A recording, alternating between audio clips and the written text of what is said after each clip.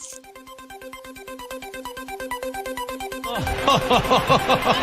would be a Wolves fan, eh? On goes ball. People might yet win it here for Wolves. Flash in the shot. What a goal!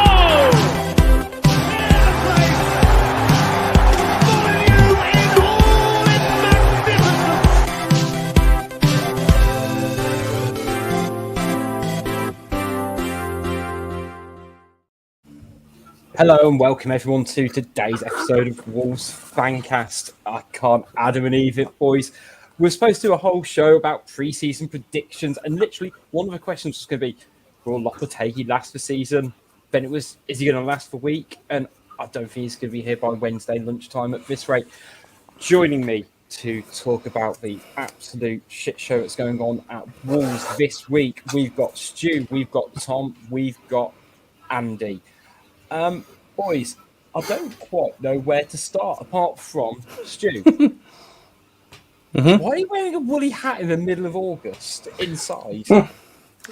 Mainly because this is as useful as Faustin have now become to this football club. See? You think I'm unprepared? You think wrong? Fuck them off. There we are. Hello, everyone. Welcome back.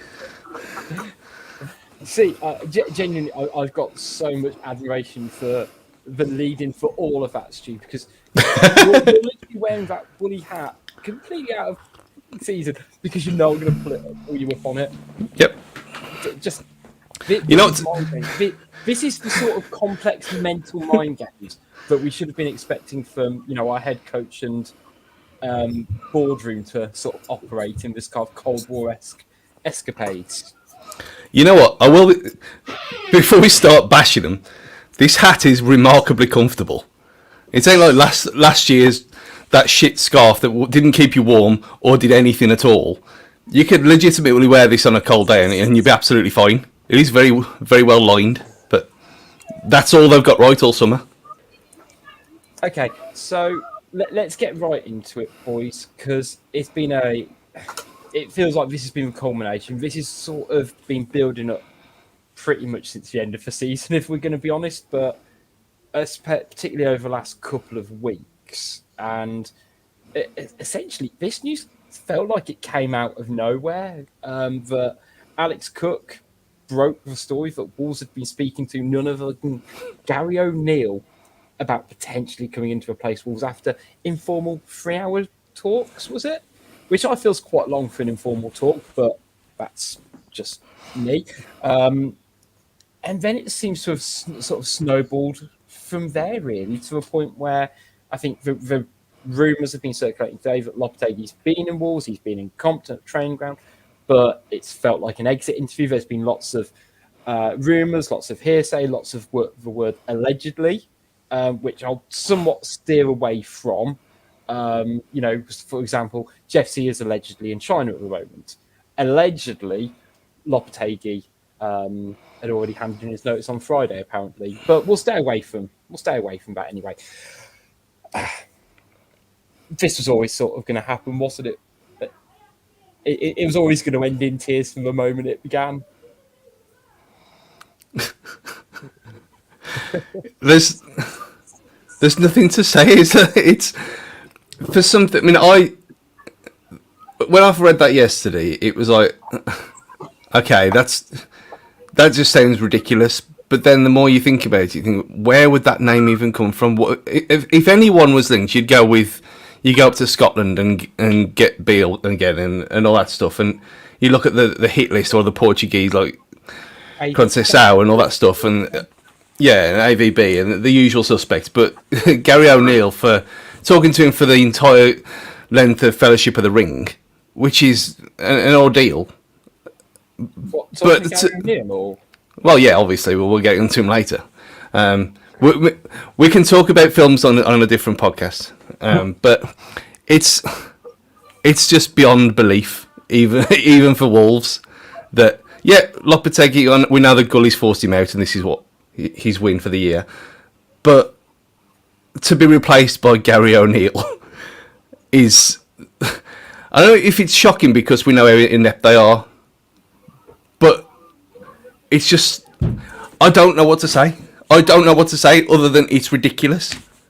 Well, I was going to say, I'll try and kick us off with a couple of talking points because I feel we're kind of all in the same pretty pissed off mood about the situation because we're now 6 days away from the season starting, and the big frustration I think all round is Lopetegui could have made a decision about this a bit of a while ago, not basically fucked over an entire football club.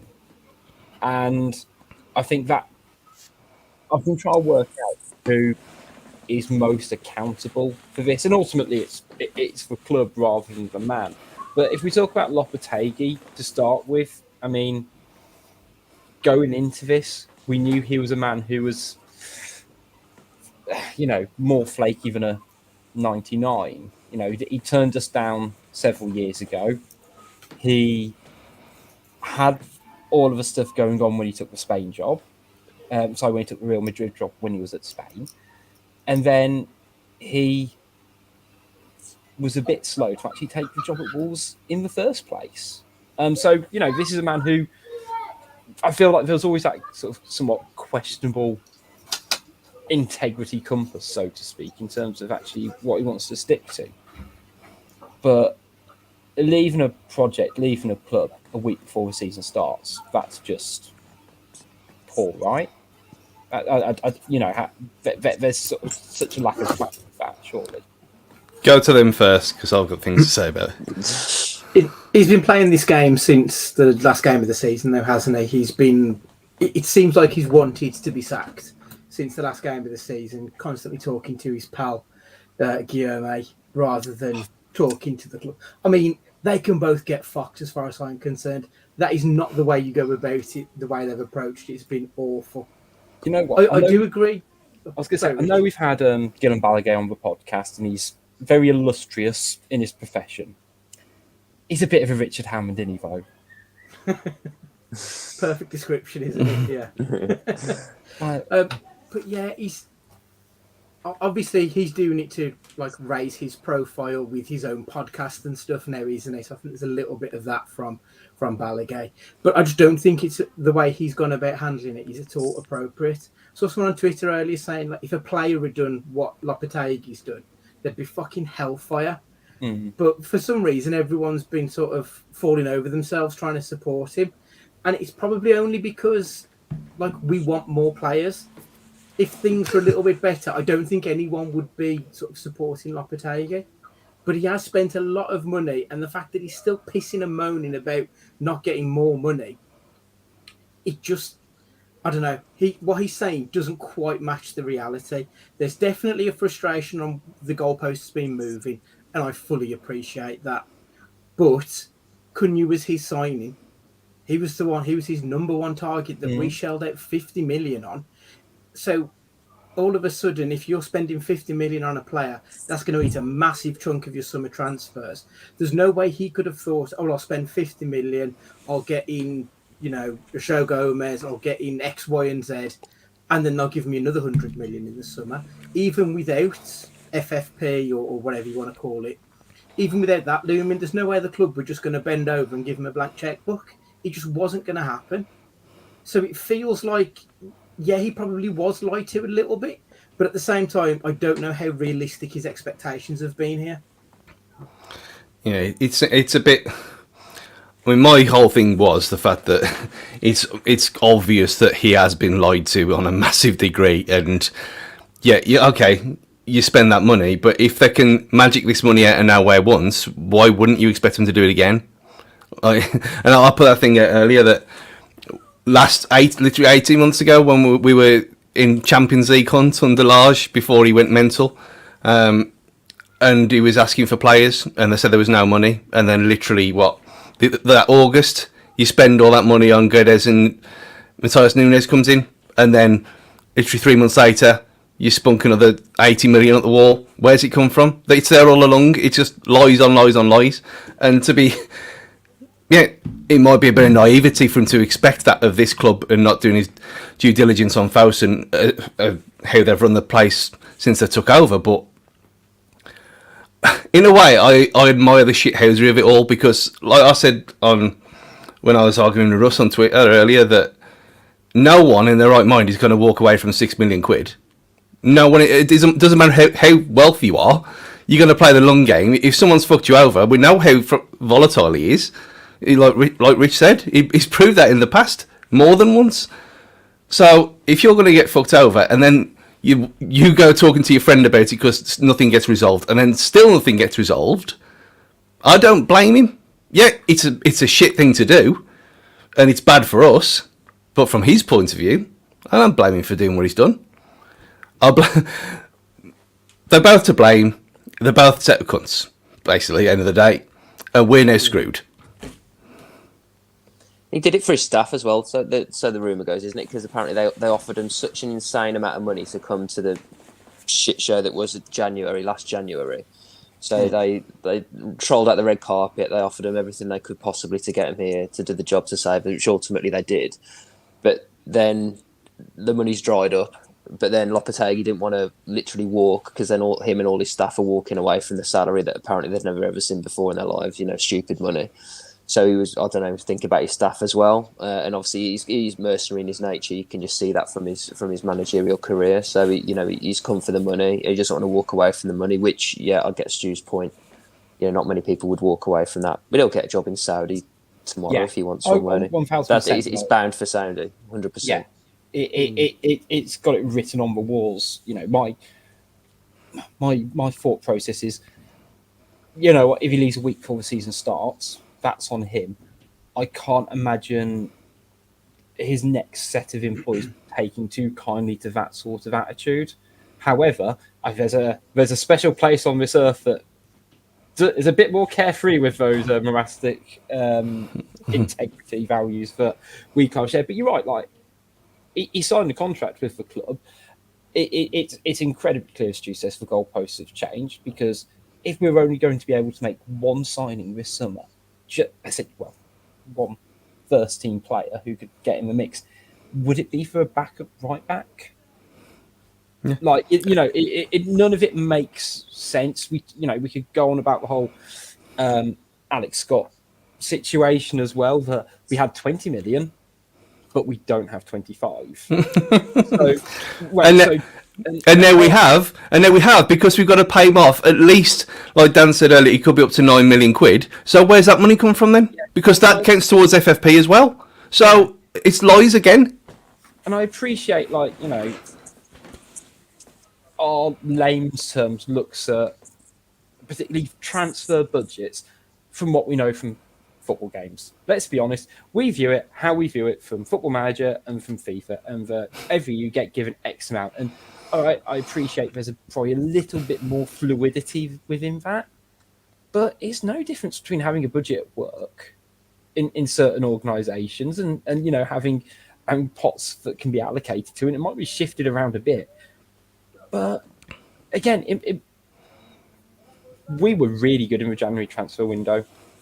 Matt Hobbs came out, was it the end of the season when he sort of did his press tour and said, we had 6 targets in January and we got all 6. And bar Kuna and arguably Gomez, the rest were relatively low value and had a good impact on the team. You look at Lamina, how much did he come in for? 10, was it? 9. Something like that.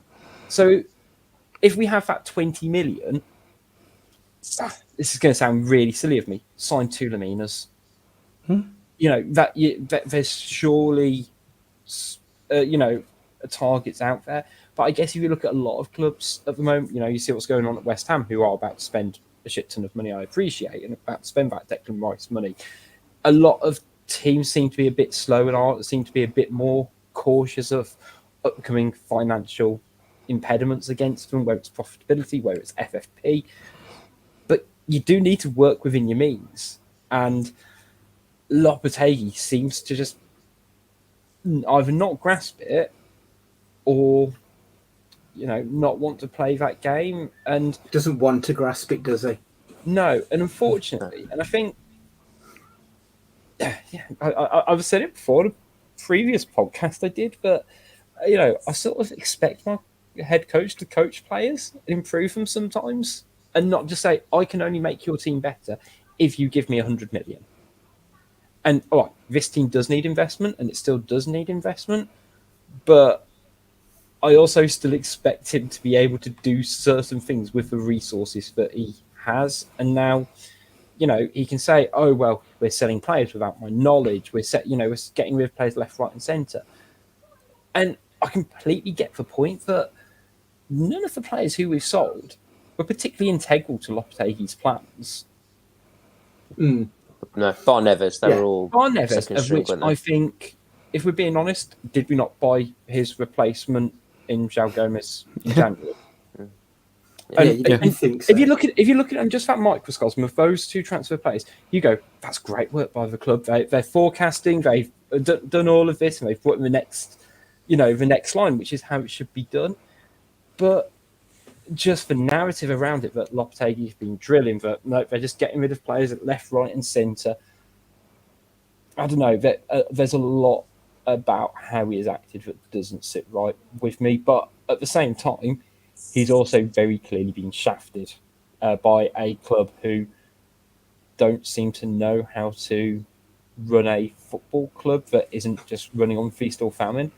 Because that's very much it, isn't it? I mean, we've spent someone worked out earlier. We've spent nearly 200 million on 6 players in the last 3 years, I think it is. That's not sustainable for a club of our size. We're not Man City, where you can just fold that in with a little bit of clever accountancy. It doesn't work for a Wolverhampton Wanderers. You can't spend that much when you're not bringing in the mega bucks to cover it. So now is going to be the time for the famine, I'm afraid. And it's shit, but they have to do this, I think. And as a fan, you don't want to see it. But that's just where we are now, isn't it? We do need to recoup some of this money. And I know Stu earlier you mentioned in the group chat about we should be looking to the loan market and exploiting that. And I completely agree. But the problem's been that a lot of clubs now seem to be holding on to players to see if they're going to fit into their squads, because the changes to the sustainability model obviously change over the next few years. So I can imagine Man City aren't going to want to let some of these Tommy Doyles or whatever his name is of the world go just yet, because if they can blood them into their first team, then they're not going to need to spend 50 million on bringing in a replacement player. They can use him sparingly and improve him. So we're kind of we're sort of stuck in the middle at the moment, because clubs seem to be reluctant to let people go. And if they do, like the only transfers, we've had a few big transfers, but not much of anything else this transfer window. It still doesn't feel like it's really kicked off. We've had a few, like Chelsea have gone mental because they're Chelsea, but not a lot else seems to have happened. That's why.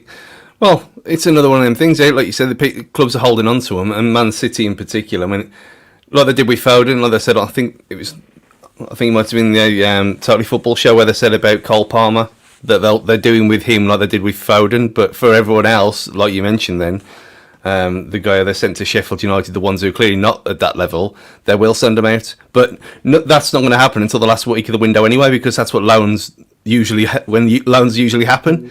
And having the window shut in after the season starts again, which is continually stupid, but it's never going to change, is an issue. But you just know full well that they'll do that. And it's all well and good them saying, well, we said this last week or the week before, when last time we were on, that, yeah, he's saying now, yeah, we have to be prudent now, and then it's all okay in the summer. But you know full well they'll come up with some other magical excuse for not spending any money in the summer as well, like they always do. They've done it every single year without fail, and then they change their mind. And then there's always been that caveat: we'll spend money if we think there's someone that we can blood and is worth an investment. Yeah, fine. You don't want you to be coming out and saying, yeah, we're going to spend 150 million every year, whatever. But when you're just blatantly lying about things that you can't do it or things like this, how many times do you want us to not believe you? Because for me, I don't believe a single word they ever say anymore, at all. For me, I think half my issue is it's not even so much that. It's we'll do sensible transfer. Yeah. Here's 35 million on Semedo. Here's 35 million on Silva. Players who either just aren't worth that much money or so far have struggled to live up to that price tag. we need to stop doing these fucking ridiculously big transfers in amongst these sensible ones. Just keep it sensible. Yeah. Because now we've got, I mean, if we were to sell Mateus, like, who's going to want to pay the 40 million euros we paid for him on the back of last season? Nobody, let's be honest.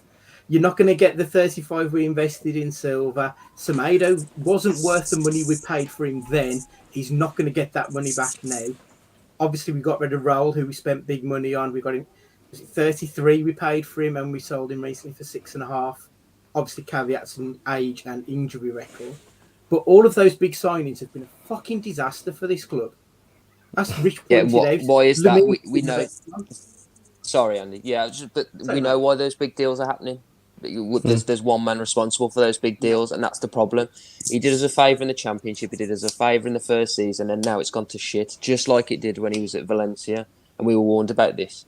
It's that they can't control him. And where is he now? Now there's no cash. You don't hear any links to any of his players, nothing. Where is he helping us out with a little loan here and there, trying to get us out the shit? He's gone. And he's gone because there's no cash anymore, because we've openly said there's no cash, or at least we've said that there's no cash. Whether there is a different matter, but where is he now? I think thing that stuck to me, and I was going to say minor plug, the Fancast now has a TikTok account, so you can follow it at Wolves Fancast. But anyway, I was trying to make one because I'm really cool and young and stuff, and I thought I'll try and like sum up my thoughts on this, and then doing 6.5 minutes on it, and thought, yeah, this is a bit tragic. But both of you have kind of covered. We've kind of actually covered the three main points I kind of made. Is that we could either be looking at this loan market, looking at the loan market, which we've kind of done before, and I get your points about the types of players you can get in. Because let's be honest, it's a thing that Wolves do. We only keep players who we think have got a chance in the first team, and that's how there's been a dynamic shift from, I guess, a generation ago, where you'd send your young players out to get them experience, to then blood them in the first team. Now it's you're getting them a loan to put them in the shop window. That's essentially all it's there for now. There's a reason, certain players have gone on loan at certain places, to be honest. That it is about increasing that. Look at Ryan Giles. In hindsight, and it's a bit. I think it's a bit of a shame for him in particular. He had no chance of ever making our first team, but we've managed to get money for him from a Premier League rival. Well, you say he had no chance. He would have had a chance next week. if it's Gary O'Neill coming in, he would have had a right old chance. So as like Pricey mentioned earlier, so would Nathan Collins have had a chance? It's the short-sightedness of this whole window when they've recouped money to, apparently according to Johnny, when he said they were going to make a profit. They wanted to make a profit. The whole thing just falls on its arse when you've got that issue of, let's not balance the books, let's make an actual profit. Yeah. Is it like you have to 105 million over 3 years? This is what I can't get my head around. 105 million over 3 years. So they're saying they've got 40 million loss on year one, between a 60 and 80 million pound loss year two. So what's that take you to there? So that takes you to 120 million. So surely we need to recover, let's say, 15 million, is it? Let's say 20 million. But we've recouped 100 million. So this is what I mean. Okay, yeah, we can't orchestrate that and get a few deals through the door. This is what I've said. This is what I've said all along. It's complete bollocks, because even if you work it out like that, which is not, it's worked out by, we've talked about amortization enough, about breakdown of divide it by 5, blah blah blah. But even doing it that way, even just saying, okay, this is how much we've lost this year, this is how much we've lost on paper this year as well, we've still put more in. So even doing it that way, without going all technical and nonsense about it, it makes no sense. It's so.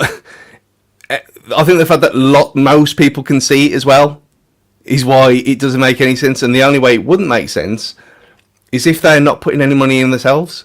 Because if that's the case, then you can only lose. I think it's 5 million if there's no owner injection, which makes the whole thing completely different. Because if that's the case, then they are making that money up to make the profit and doing it just completely self-sustainable. Like again, I mentioned earlier on Twitter that you effectively turn us into Norwich, because if you've got no owner investment in there, then you can only lose 5 million.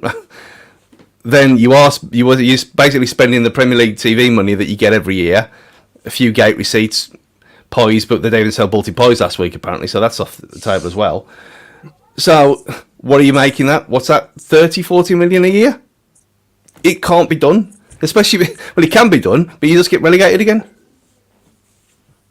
It's not possible to be sustainable and be a top half Premier League side. It's not possible. Doesn't this just all come down to the fact that Fosun don't have a business plan in place, like for anything, whether it's the football operation side of things, to making sure we have a squad that is competitive, and say tapping into loans, tapping into free transfers, tapping into young and hungry and developing them. They just don't have a coherent plan when it comes to the sustainability stuff. Now, for me, it's about, can we be self-sustaining? You kind of still need that initial injection of cash to actually, get the ball rolling. You do need to invest a bit. The old thing with Fosun is everyone says, "Oh, well, they're an investment company."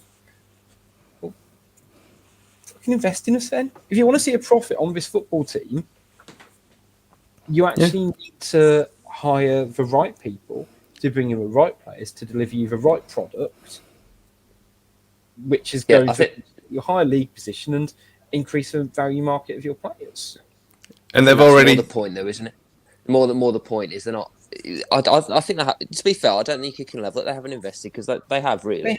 They've invested a lot of money into it. They've written off all that money. They have invested, but it's how they've invested. They haven't got the right people around at all, because they haven't got a clue what they're doing. They had sellers for however long it was. Didn't know what he was doing. Bombed him out. They bombed out everyone. Didn't replace them. Got she making decisions. Oh, there's a click of the fingers from higher up at Fosun. Suddenly we've got a load of money. Let's sign Nunes, Guedes, Kaladzic. It's just scattergun. There's just no, like you say, there's no coherent plan. And I don't think you can level it so much at investment. I think it's how that money's invested and the people behind it, because it's just not, something's not working at all behind the scenes, and something needs to change and heads need to roll. Yeah, and they have, like you said, they clearly have invested, because they wrote off that 120 million, which is fine, and they've clearly seen that. This is how we've done this. We've worked within the realms of FFP with our investment, and they've done that, and they're written off, which is great, wonderful. That effectively adds 120 million onto the value of what they spent in the first place. Was it 44 or something like that? So they'd already get 250, 300 million if they sold us to someone, going on the Newcastle price and years past and whatever. But then you can't then go from that to nothing. It doesn't work like that. Look what happened. This happened in 2003. We spent all that money for years and years wanking it up the wall on nonsense that got injured over and over again in the 90s. Then as soon as we got promoted, Sir Jack said no more, and 3 million on Luzhny or whatever it was. And look what happened there. It doesn't work. You can't go from one to the other. You're the all in, or you're not at all. But you can't just go from one to the other. You have to phase it down. It doesn't make any sense. And they know what will happen. And when we are in trouble again in January, the magic checkbook comes out again. Oh no, we found ways around it. No, you haven't. But you say even if we stumble our way to January, we invest 80 million again, and we finish 15th.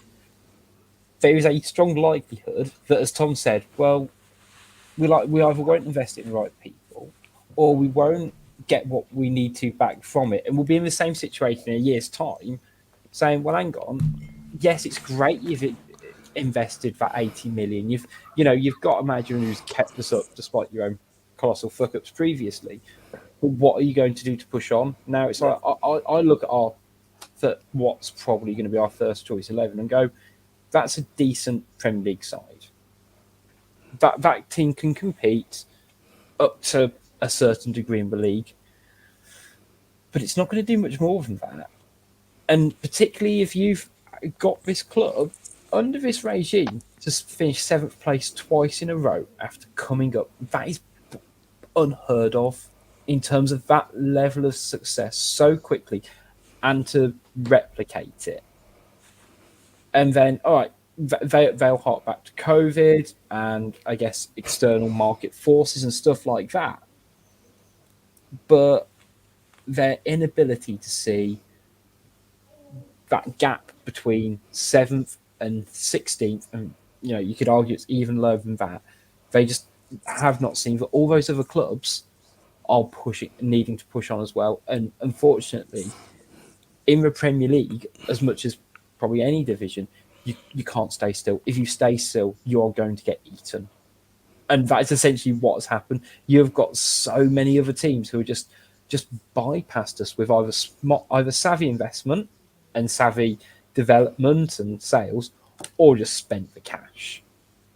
And we're now here sucking our thumbs, essentially. And you're right, heads have got to roll, and it's got to be Jeff Shee, because I don't know how you can look at this situation and go, his job is tenable. He has spent 6 years courting this man and fucked it up. At the very least, just the sheer sustained amount of up and down performances, low levels, it's just not good enough for a club at this level. And it's not about, oh, well, win Wolves, we should, we see ourselves as a top half team. It's not that. It's that if you keep running like this, you're going to lose your investment. We will get relegated. And that's why Fosun want us. Like, we ask why they invest 80 million in January. Yeah, it's because they want to keep us in the Premier League. But they don't want to do much more than that. Yeah. And and you couldn't say, oh yeah, we're being spoiled kids now, because that's all we asked for years on end when we were just milling around being like Ipswich. But times change. It's like all you can't criticise. Look where we came from and all that bollocks. And yeah, it doesn't matter. It's not relevant in the slightest. It's like saying, oh yeah, you raised this wonderful child for years and then you beat its head in. Oh, it doesn't matter, but you're not going to jail. Don't worry. You raised a good kid there, but you murdered it to death. It doesn't matter. It's ridiculous. You live in the moment. The moment for the last 2 years is awful, and they're beating this. If Wolves is our child, they're beating our child to death every day,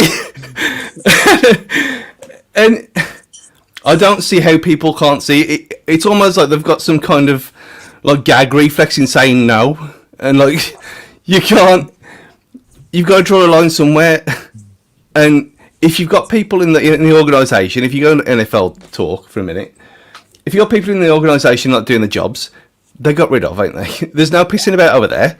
They're just gone and they're replaced. And you look at the people who've been replaced from here. Look at our Lord and Saviour who went to work at Harlequins. Yeah. Any fanning, I don't care what his job was, or if it was a smoke screen or whatever. And he had his friend who was a DJ, which that was a fun night, and he still lost, but still. But the point is, he still spoke to people, and forget about the points at Brentford and all that stuff. There was someone who seemed to listen. It doesn't matter if it was real or not. It was there. Since he's gone, nothing. The Porris's bollards still have been painted outside the ground. They're falling apart. Everything happens from then on in. Thelwell, there you are. There's a comment there about Thelwell. He was criticised over and over again. But you look at the people on that radar. Raul was not a Mendes client. A lot of the people who were bought in under that regime in the first year were a complete joke. We all know that. And it's almost like Nuno was the 1 in a million chance that something, right place, right time, of a guy who just worked miracles with what he had. Bear in mind, it was Bonatini for half the year. And then a half-assed Afobe for the second half, and we somehow won the league. And you think, okay, yeah, wonderful. And then it happened again the year after. But then Thelwell leaves, and then we have Sellers, and then it's just a catalogue of errors over and over again. And it's not just Jeff Shee; it's Sky Son and all the rest of them. And you look at the board of directors, apparently there's 3 of them. Who are they? No one really knows, apart from John. I think John Bywater's still there, the Chelsea guy. But it's like, well, if they're not going to be held accountable for it, then you have to go above that, don't you? And then they have to go as well. But nothing will change because we get that little purple line on the sleeve and we get broadcast revenue and you get Fosun mentioned in circles and it'll go over and over again. And That's like you said. It's all about the brand, and the brand, as long as it stays in the Premier League, fuck it. That's fine, because you get that money, you get that exposure. Everyone's happy, apart from us, but we don't care. We don't care, do we? £720. I mean, that's the backdrop to all of this, isn't it? It's another year of increases on the fans' pay packets. Again, it's coming out of our wages to subsidise this, and we don't matter. Like, in the grand scheme of things, they genuinely couldn't give a fuck, because the money that they generate from us is such a drop in the ocean to the bigger scheme of things. They just couldn't care less. So yeah, even if Jeff Shee were to go, they would just replace him with another one of their people, and we'd still be in the same boat, because nothing would change. Not without, a complete sea change with Fosun literally leaving and getting in new investors. But there's no say that would be any better, because we're no longer in the world of millionaires when it comes to football. It's billionaires. And they're not, they've not all been excellent, have they? Let's be honest. And if they have, they often bring other issues with them. So, I don't know. It just feels like being a football fan, you're on to a bit of a loser at the moment. Like, regardless of what team you support, none of them feel great anymore. But that is the point, though, mate. What do? If you had the choice, do you stay with this forever? this mid-table Premier League doddering about with some hope that something's going to happen one day, but more than likely it won't? Or do you roll the dice and potentially go down again? Because you can only be mid-table and be a Palace forever. It's going to wear down eventually, and that waiting list of 10,000 is probably about 5 now. At an educated guess. Once that goes down, what are you doing then? When you're charging £1,000 a year and £100 a match ticket to get battered at home every year by Brighton? You go 5 years in the future, you roll the dice. I'd roll the dice. But they're not even going to be mid-table, are they, Stu? Let's face it. They're really, really running a risk now. That, they want to protect their investment. They need to fucking get the finger out and do something, because it's only going one way. It's just like Leicester, isn't it? It's Leicester they had a better squad than us, and they're going to have a better manager than us. And they went down, and we will go down if we're not careful. Luckily, there seems to be 2 teams that surely are shoo-ins to go down. So we only have to be better than one of them. But I think the fact that we're replacing our manager with a manager that Bournemouth sacked and didn't think was good enough for him just shows you everything, tells you everything you need to know about where the club is at the moment. Well, yeah, that's a lovely segue, Tom, and I love it, because I was trying to work out how to shoehorn it in. So the front runner for the job is Gary O'Neill, who I think, depending on who you talk to, and I think for most people, it's I feel sorry for him, to be honest. Yeah, it's not his fault. He's just basically been offered a job. Part of me can see why Wolves have offered it, are going to somebody like him. But at the same time, you say there's a reason he was sacked from Bournemouth. It's because they conceded the most goals, they faced the most shots, they had the fewest shots taken, they had the fewest key passage and the lowest percentage. I'm not going to put it down to luck or anything like that, because he came in when that team was on its arse. They'd lost 9-0, and then they had Scott Parker basically just said, the squad's shit. And he came in and managed to get some, and he got a tune out of them. And, I've got to give him, credit for that. I don't quite see what the fit is for him at Wolves. I'm curious, guys. Look, we've had our moans, we've had our groans. Can any of you pull a positive out from it? The only thing for me, win at Molineux. Yeah, well, sorry, King D-Day, but that was a mistake. Told you all.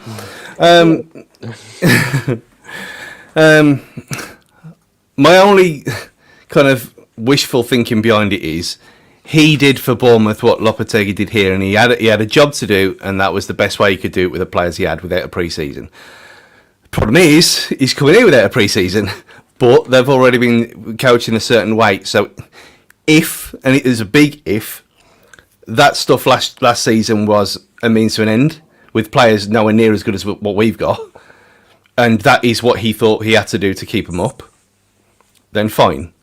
If he's gone to talk to Hobbs and he's convinced him that his broader way of playing football is expansive gully triangles and all that kind of stuff, but he's not shown any real sign of it, really, and he does it, then fine, great, wonderful. It's just that the body of work that we've seen so far, which is not a lot at all, obviously, because he was a caretaker, which then got given a job. It might work. It might be absolutely genius. It might be like I know we all came on. If you go back 7 years, and none of us were very happy about Nuno being here.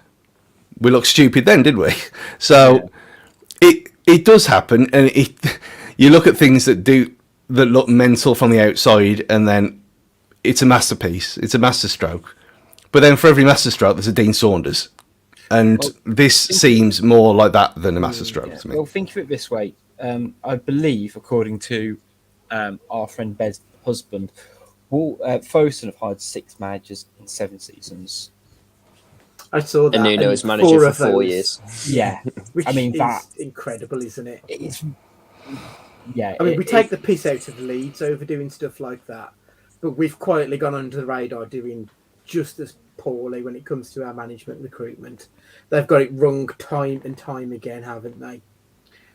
As for Gary O'Neill, it's really difficult to say if it's a great or a terrible appointment, because I've literally no idea what Gary O'Neill's version of football is.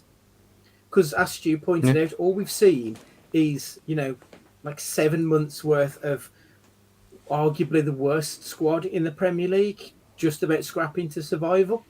So he had one window which he did spend a fair bit of money and got a couple of loans in. So maybe they were his players. I don't know how it works in Bournemouth. But he hasn't got a body of work behind him for me to say, okay, I can see where we're going. I've literally no idea what he could bring in either a positive or a negative way. The only thing I would say negatively is our squad already feels quite hodgepodge anyway.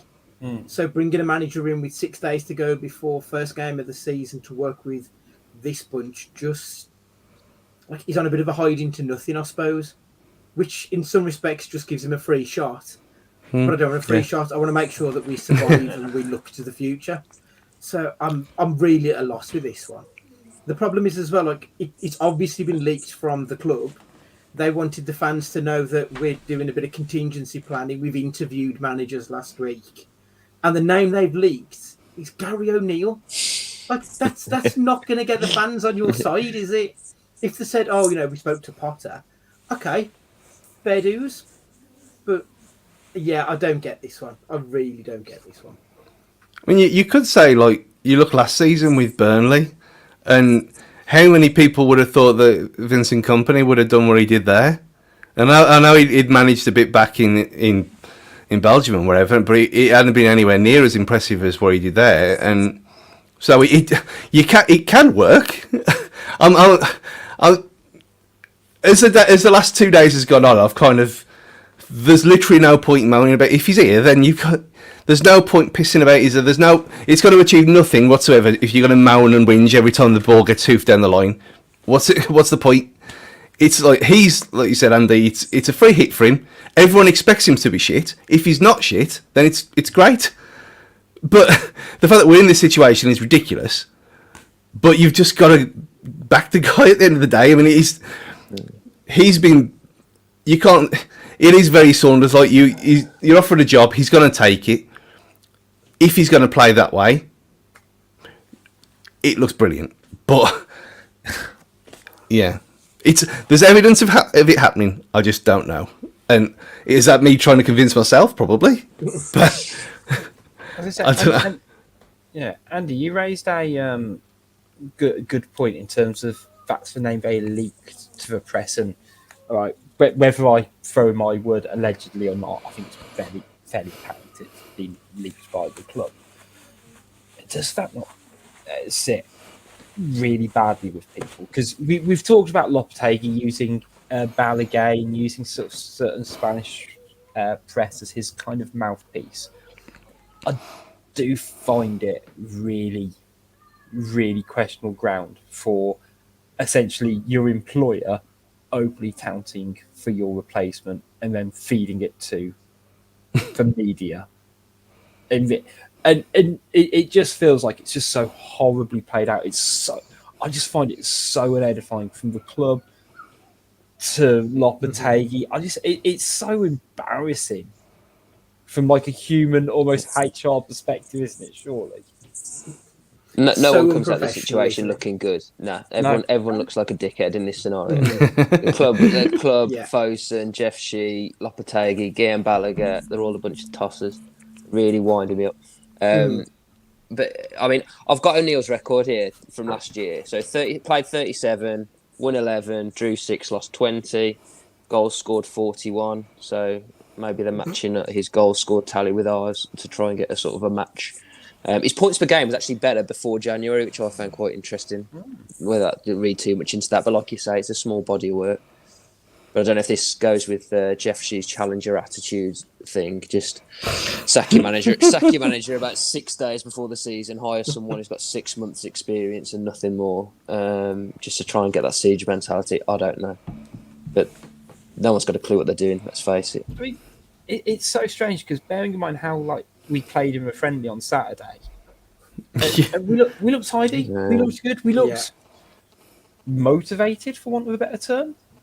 You know, you wouldn't suggest this is a team whose morale's on the absolute floor. I know it's a pre-season friendly and stuff like that, but it's going to take, you know, strong characters in that dressing room to to hold this all together. Because they're getting a new manager, but it's up to those players to respond to the situation and to respond to a new manager in quite literally a matter of days. And, you know, particularly, you know, we talked about, you know, how much money Wolves have, you know, spaffed away in recent years. And I think one of the biggest talking points in the summer regarding transfers was probably Fabio Silva in terms of what his future and what his development looks like. And reading between the lines, I sort of assumed he'd stay.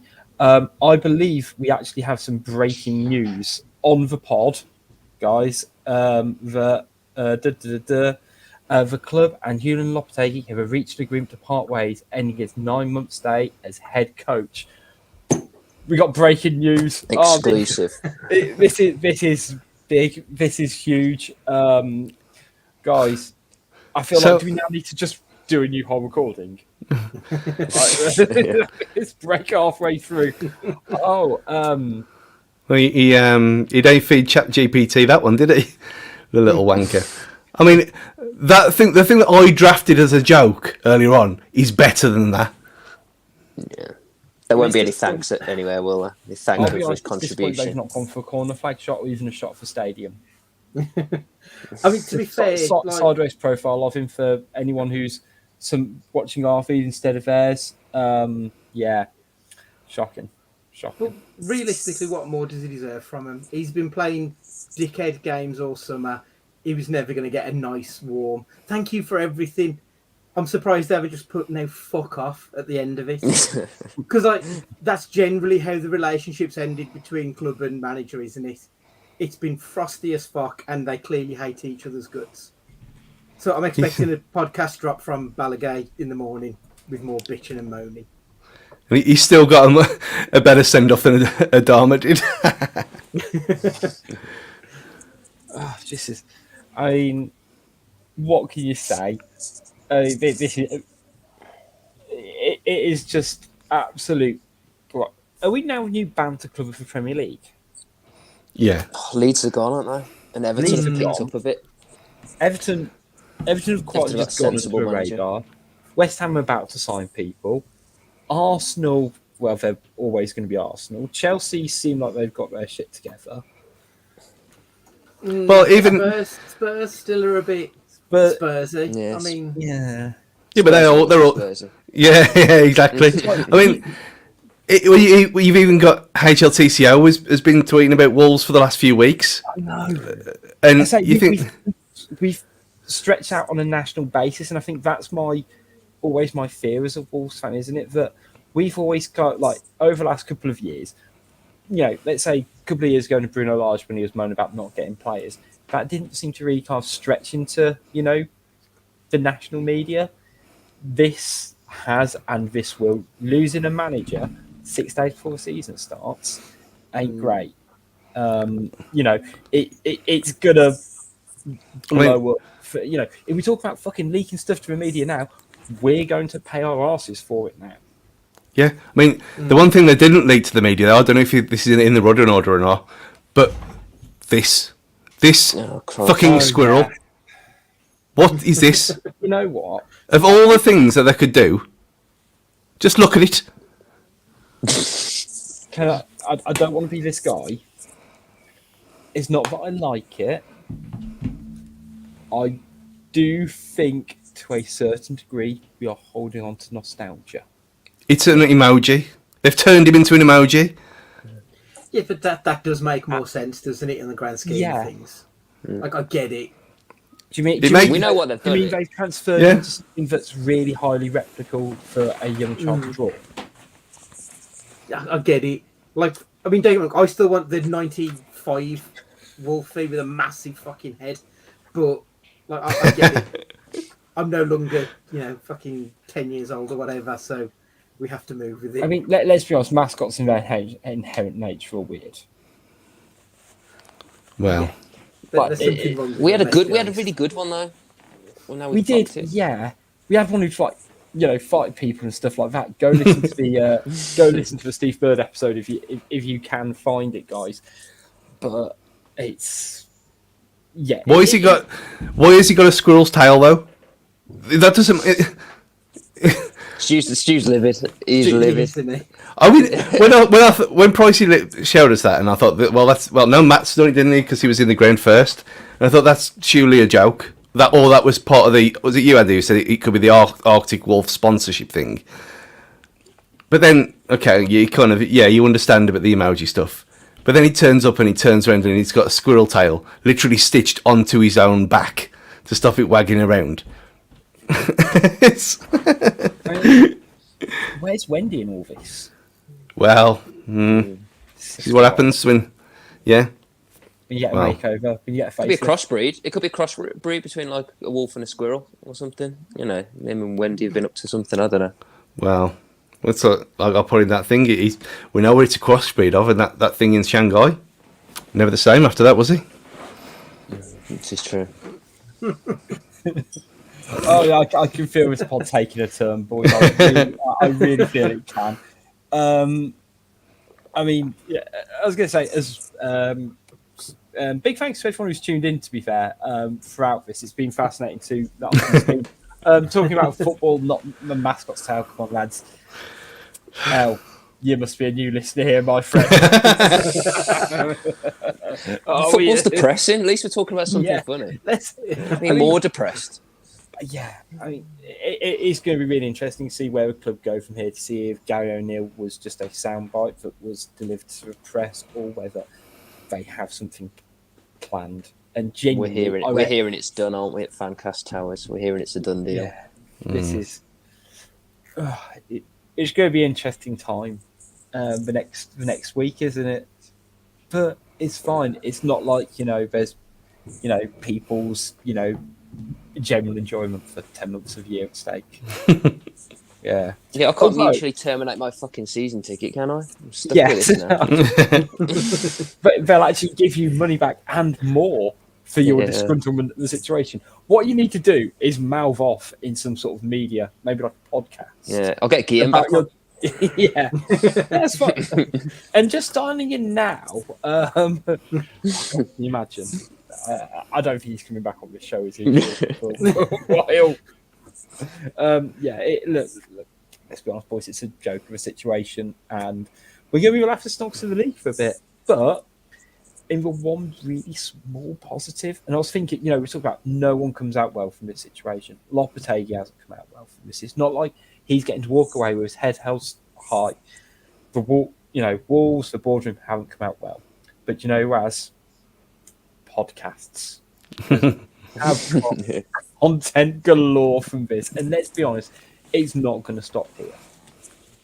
Like, in terms of, like, the shambles, is it? Let's get, we're gonna have stuff with O'Neill. Is he gonna be able to bring in players? Because surely that's gonna be like the first question any coach asks is, what's my budget? And unless Gary O'Neill's the only one stupid enough to sort of say, yeah, I don't need to sign one, it'll be fine. Then contract length will be an interesting one. Yeah. Well, I reckon they'll do a 12 months rolling jobby again. But, that's in theory what they, we suffered on Lopetegui for that, haven't we? That as soon as you perform that firefighting miracle, you hold you're holding a shotgun to the club.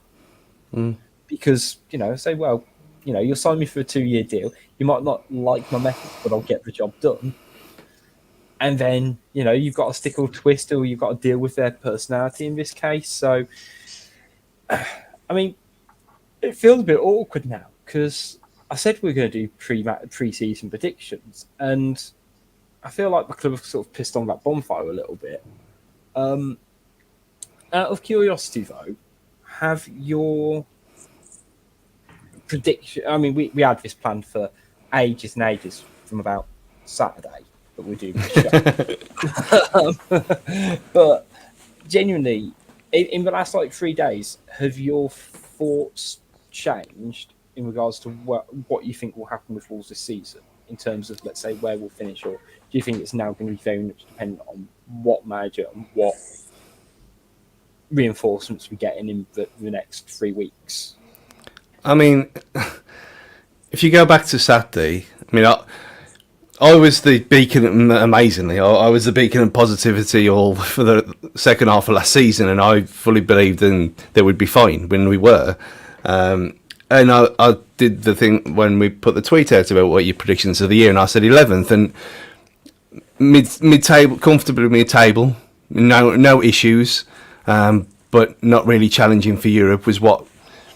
If you look at the back end of last season with the players that we had then, without 2 strikers that we now have, which again we can't judge them yet, playing the way we were in pre-season, and you look at all the videos that come out and everyone's happy and having fun with each other, and even in the press day thing for the Premier League, and everyone looks like they're enjoying each other's company again, which wasn't the case under Lars, and you think, okay, everything's all positive, and yeah, if we finish mid-table, we play better football, we look like we've got some kind of plan on the pitch, that's perfectly fine by me. I don't expect to get into Europe again, especially not yet. I mean, maybe never. But then you look at it, and Lopetegui was a massive part of that last season. I don't care what some people say. He came in, saved us, did the job. But then you say, okay, well, he didn't change the style, but he kept us up. That was the remit. It wasn't change the style. And my thoughts all along were, once we're safe, once he's had a pre-season with them, he'd change it then. And then you looked at pre-season, and you look at Saturday and how good that game was, and that performance, and that you saw like little green shoots of that style being implemented, and you think, okay, they're passing and moving. What is this madness? But now, who the fuck knows? Because half this squad were bottom of the league last year. Like 10 months ago, this squad were bottom of the league with no hope whatsoever. And yet, you got Cunha and Nunez and the 2 I just mentioned, and it's half the team, and yeah, I get that, but it's such an unknown now that it could go either way. It could just come in, be totally fine, but it could be a struggle genius. Like I said, it could be a succession plan. But I think the fact that we just don't know is the kind of, it's scary and intriguing at the same time. Like when this first came out yesterday, I thought, well, we fucked then. We banged to relegation, and we were third favourite early on this morning to go down. But you think about it with a kind of calmer head, and you think, okay, well, the squad harmony's still there. That's between themselves, unless we get some workhorse dinosaur coming in who's banning ketchup and all that kind of badness, that's going to break that all apart. Which even Gary O'Neill doesn't seem like that kind of person. So with the benefit of the doubt, I would still say mid-table because the players that we have, he's still better. I know the Leicester thing from last year, like Tom said. The players that we have, he's still miles better than a lot of teams around us, as long as they all stay, which is now again up in the air because have some of them stayed because of Lopetegui? We just don't know. So with the squad that we've got now, with saying Gary O'Neill, I'll still say 11th, 12th. And it's a massive guess because we've got no clue. I'm pretty much in agreement. Like after the match on the weekend, I was quite positive for the first time in Lopetegui's reign, where I felt like I knew what Lopetegui ball was going to be, and I thought actually this could be quite exciting this season. We might not win a load, but I don't think we'll lose a load either. And it'll be a much more fun season. And now we're facing this massive unknown, a guy who's, I think, younger than me, who hasn't retired from football all that long ago. I mean, that might work in his favour in that he's a young guy. He'll be able to like bond with the team quicker, but it might also have the adverse effect of they'll see him as a mate rather than a manager. And plus, I'm guessing that all of Lopetegui's staff have gone with him now. So we've now got a manager and a goalkeeping coach, and that's it. Like Steve Davis. Yeah, I mean, so I'm a little bit worried now. I do think we've probably got enough to get over the line, but I don't think it'll be all that clear cut. I mean, I could see us doing 14th, 15th under him with the squad we've got now. But as Stu also said, what are some of these other players like? Couldn't you just sign for 50 million and he's going to want to be taking orders from Gary O'Neill? Like, I don't know. Obviously, we know the issue surrounding Fabio Silva being unhappy. How much has this whole clusterfuck affected morale in the dressing room? I really haven't got a clue. I mean, I could see us finishing 7th. I could see us finishing 20th. Could be absolutely fucking anything this year. I do get what Andy what you both mean, though. This gives you a bit of excitement. But Yeah. you know what? Yeah. We're just here for a ride now, boys. Yeah. It could be great. It could be an absolute horror show. I'd be like, try and whittle down. And to be honest, it might be better if we just focus on the league, to be honest. In terms of the ones I did have, I had like player of the season, which might stay the same. The one which I'm genuinely good at, ones which didn't make the cut from when I started on Saturday was Will Lop last the season. That did not age well. And also, Wolves' toxic moment, which again, I feel like we've jumped the shark on this one. I'll be honest with you, the same, to be honest. I feel like there is still, just because we do have a decent amount of technical quality within this squad, that we can still be better than at least 3 teams in this division, and that there is not much of a gap between 7th and 8th and 17th, is there? Like, it takes such a little amount to kind of shift, a team who does well, finishes 9th, like Brentford, let's say. It won't take much for them to end up being a relegation battle. Even the likes of, dare I say, Bournemouth, who, are media darlings, you never know, the wheels might come off and their teams might be able to start to react to their high press and intercept some of those passing triangles and things like that, and you never quite know. So it's going to be interesting to see, boys, isn't it? Yeah, it's always interesting with the Wolves, mate. Yeah, I'd say wouldn't change it for the world. Speak for yourself. Yeah. I was going to say, I feel like that's probably a good place to leave the show, to be fair, because the news has broke. It's going to be probably named Gary O'Neill tomorrow, I'm guessing, by the sounds of it. But we'll be here at Wolves Fancast to break it to you, and hopefully work through this very traumatic time with you. If not, we'll just share some funny memes. We can do both. We can do both, guys. But big thank you to everyone who's joined in to today's show. It's been great to talk about the whole situation, talk about Lopetegui, talk about Fosun, and also what's coming next for Wolves. I'm sure the answer is we don't know. Make sure you keep up to date with all things Wolves Fancast. It's at Wolves Fancast on Twitter, Facebook, Instagram, YouTube, TikTok. The website's wolvesfancast.com as well. You basically can't miss us, ladies and gents. But until next time, which was planned in theory to be the Manchester United preview match podcast, there might be another one in between. I'll be honest with you. There might be a one-man podcast with me if you're not careful, guys. But until then, big thanks to everyone who's tuned in live as well.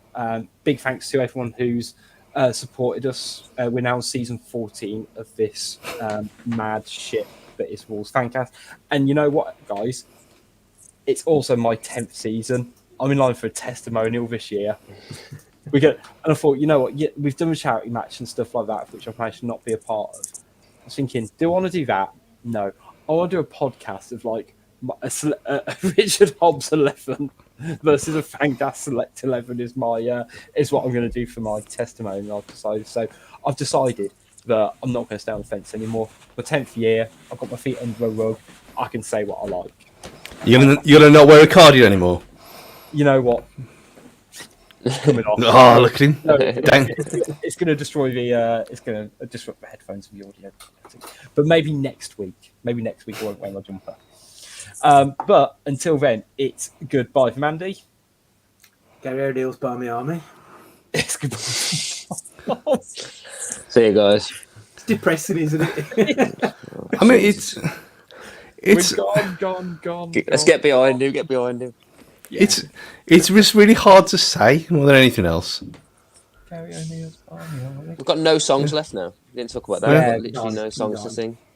It's like we've even brought back a former player who literally didn't have a fucking song. Only Wolves. And I was going to say, it's goodbye from Stu as well, everyone. Yeah, just be happy. It's all we can do. Let's just be happy, guys. Let's just be happy. It's goodbye from me, guys. We'll catch you next time.